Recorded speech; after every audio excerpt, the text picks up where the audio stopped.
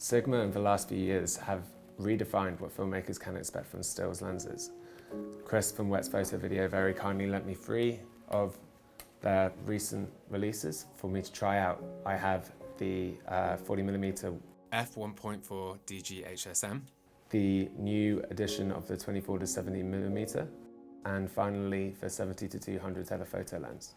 Shooting with the Sigma Art Series 40mm f1.4 for a few days around London, my main takeaway was how tack sharp the lens was even wide open. In cramped conditions, close to the subject like in this bar, I could still achieve a lovely shallow depth of field look with a pleasingly smooth character.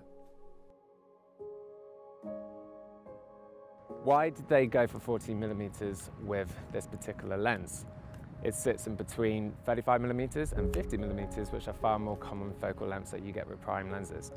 Well, the answer to this, I would guess, is because the way this sensor reads out diagonally on a 35mm sensor is approximately 43mm for the perspective that your eyes see, not what is usually considered to be 50mm, which is the benchmark cine lens. It's a super perspective. When you're grabbing shots of a crowd of people, it allows you to get up close, but not too close, like you would have to do to get the shot you want with a 35mm.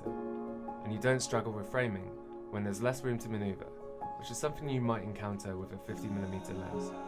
For me, it's a perfect focal length for a prime. Just to really get a flavour of how well the lens compacts perspective distortion and how sharp it is, here it is side by side with a Canon 40mm pancake lens. I've just taken myself down to a bridge in London near Holborn that's got lots of pretty Roman statues, and it's also above a main road. I thought it would be an ideal opportunity to complete a bokeh test comparing the Sigma 40mm 1.4 with the Canon 40mm pancake lens. Of course, that's not a fair test. They're different styles of lenses. The Sigma has got a lot more space in its barrel for different elements, but it just goes to show that if you want a 40mm prime lens, then the Sigma is outstanding in its class. Its bokeh was completely spherical, even on the edges. There wasn't a hint of cat eye or lemon. That is down to the 9 aperture blades creating that perfect diaphragm. Now onto the 70-200mm f2.8. Well, the first thing you should look for in a telephoto lens is how sharp it is zoomed out, and I think it's pretty good. Using a monopod for this shoot, I was really reliant on the intelligent OS system. It does a good job for video. You can also pick up great shots of the surrounding location that you wouldn't be able to achieve with a shorter focal length, meaning you can capture different perspectives of a performance without getting too close and disruptive to the talent. It's as fast as all its competitors at f2.8, so it's good for nighttime shots, and there is no chromatic aberration in sight.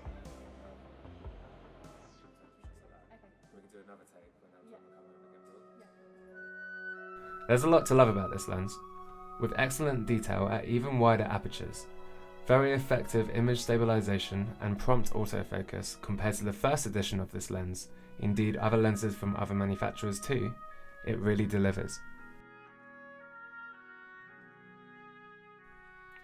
The 24-70mm is a perfect all-rounder lens, with its optical stabilization and focal range allowing for nimble handheld shooting. If you only have budget for one lens, I recommend this one. Even wide open, the lens retains that Sigma sharpness. Although for pixel peepers, there's a teeny tiny bit of soft focus around the edges of the frame. The lens has a long throw for manual focus adjustment, which isn't for everyone, but I find it intuitive. It's also not weather sealed, which is a shame for documentary news filmmakers.